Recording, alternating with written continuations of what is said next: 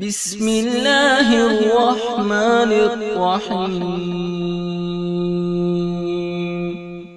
وَتَرَكْنَا بَعْضَهُمْ يَوْمَئِذٍ يَمُوجُ فِي بَعْضٍ، اور ہم ان میں سے بعض کو، یعنی جو یاجوج ماجوج ہیں، ان میں سے بعض کو یومئذ، جس دن ایسا ہوگا، جس دن اللہ کا وعدہ آئے گا اور یہ دیوار ٹوٹے گی، یموج فی بعض، ہم ان کو ایسا کر دیں گے کہ یہ ایک دوسرے میں گھس رہے ہوں گے۔ یہ مضمون احادیث میں آیا ہے۔ دیکھیں قرآن میں اور احادیث صحیحہ میں جو یاجوج ماجوج اور اس دیوار کا ہمیں ملتا ہے نا، میں صرف اس کو آپ کے سامنے بیان کروں گا، باقی اس بارے میں ڈیٹیل میں آپ جائیں گے تو بہت کچھ آپ کو انٹرنیٹ پہ بھی مل جائے گا، مفسرین کی کتابوں میں بھی مل جائے گا، اور لوگوں کی اپنی اپنی تحقیقات ہیں، اپنے اپنے تبصرے ہیں۔ نہ میں ان تبصروں کو صحیح کہہ رہا ہوں نہ غلط کہہ رہا ہوں، کتابیں بھری ہوئی ہیں، وہ آپ جائیں پڑھیں اس کو، لیکن جتنی بات قرآن سے اور صحیح احادیث سے یاجوج ماجوج کے بارے میں ثابت ہوتی ہے، میں صرف اس کو آپ کے سامنے ابھی پیش کر رہا ہوں۔ پہلا عقیدہ تو یہ ثابت ہوتا ہے کہ یاجوج ماجوج ایک قوم ہے، انسان ہیں، وہ کوئی انسانوں کے علاوہ کوئی الگ مخلوق نہیں ہے، لیکن ہیں بڑے فسادی۔ دوسری بات، یہ بہت قدیم ہے، ذوالقرنین جب گئے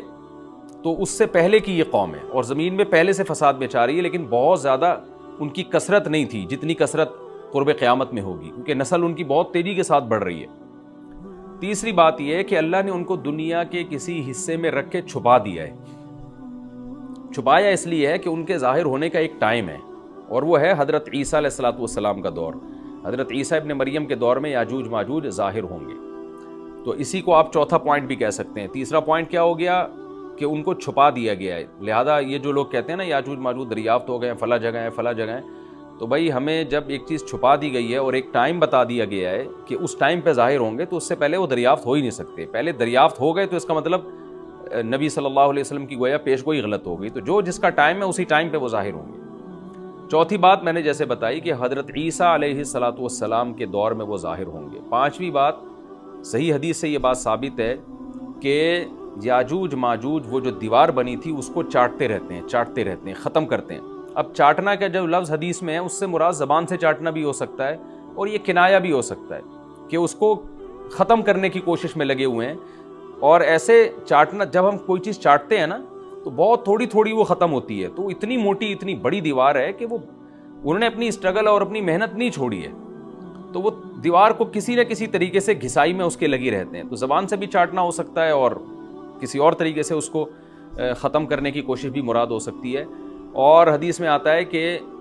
ایک دن آئے گا، وہ جب ختم ہونے والی ہوتی ہے نا تو وہ کہتے ہیں کہ ہم کل اس کو دوبارہ شروع کریں گے اور کل ہم اس کو ختم کر دیں گے، لیکن وہ اللہ تعالیٰ اپنی قدرت سے دوبارہ اس دیوار کو اتنا ہی موٹا کر دیتے ہیں جتنا ذوالقرنین نے کیا تھا۔ تو قرب قیامت میں جب حضرت عیسیٰ علیہ السلام کا ظہور ہوگا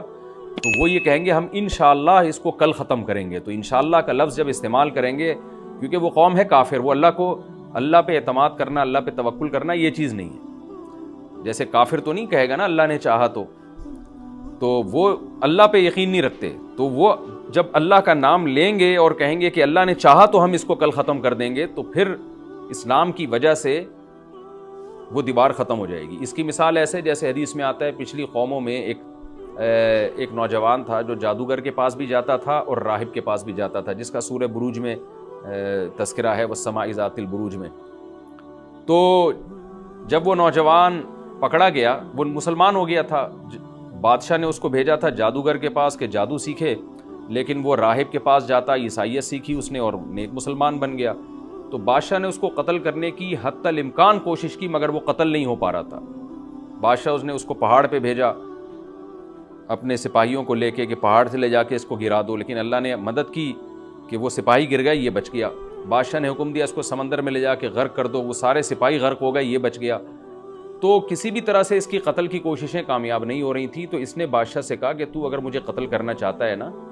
تو چوک پہ کھڑا کر کے تیر مجھے مار اور کہے کہ بسم اللہ وربی ھذا الغلام، اس نوجوان کے رب کے نام سے میں اس کو قتل کرتا ہوں، تو اللہ کا نام لے کے مجھے مارے گا تو میں قتل ہو جاؤں گا۔ نوجوان یہ قربانی اس لیے دے رہا تھا کہ بادشاہ جب پوری پبلک کے سامنے اللہ کا نام لے گا تو لوگوں کو یقین آ جائے گا کہ بھئی اللہ کا نام لینے سے تو کام ہو گیا، اور اللہ کا نام لیے بغیر کام نہیں ہو رہا تھا۔ تو جو بادشاہ اللہ کو مانتا نہیں تھا آج اس کو بھی اللہ کا نام لینا پڑا ہے۔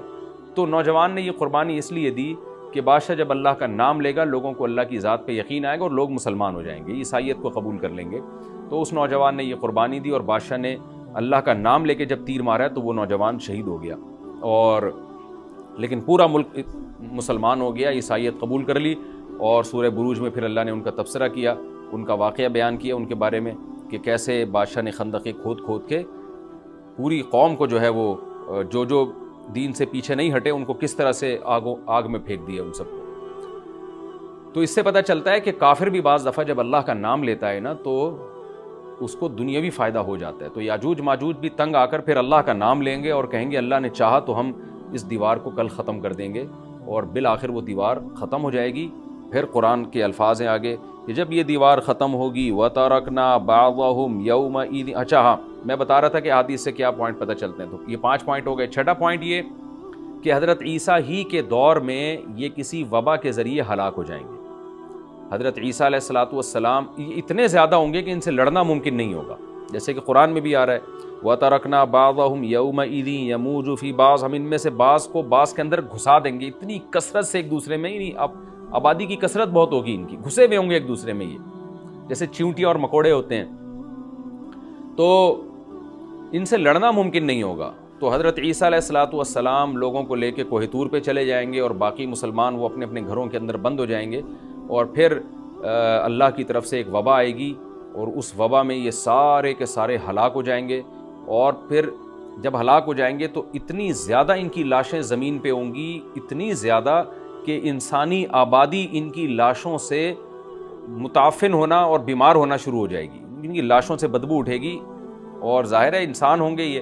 تو اس کی وجہ سے جو زمین کا ماحول خراب ہوگا، پھر حضرت عیسیٰ علیہ الصلوۃ والسلام اللہ سے دعا مانگیں گے کہ اللہ تعالیٰ ان کو کسی طرح ٹھکانے لگائے، کوئی انتظام کرے۔ پھر حدیث میں آتا ہے بارشیں ہوں گی اور سیلاب آئیں گے، اور ان کی لاشیں بہہ کے پانیوں میں جا کے، سمندروں میں جا کے ختم ہو جائیں گی۔ اللہ تعالیٰ ان کو اس طرح سے ٹھکانے لگائے۔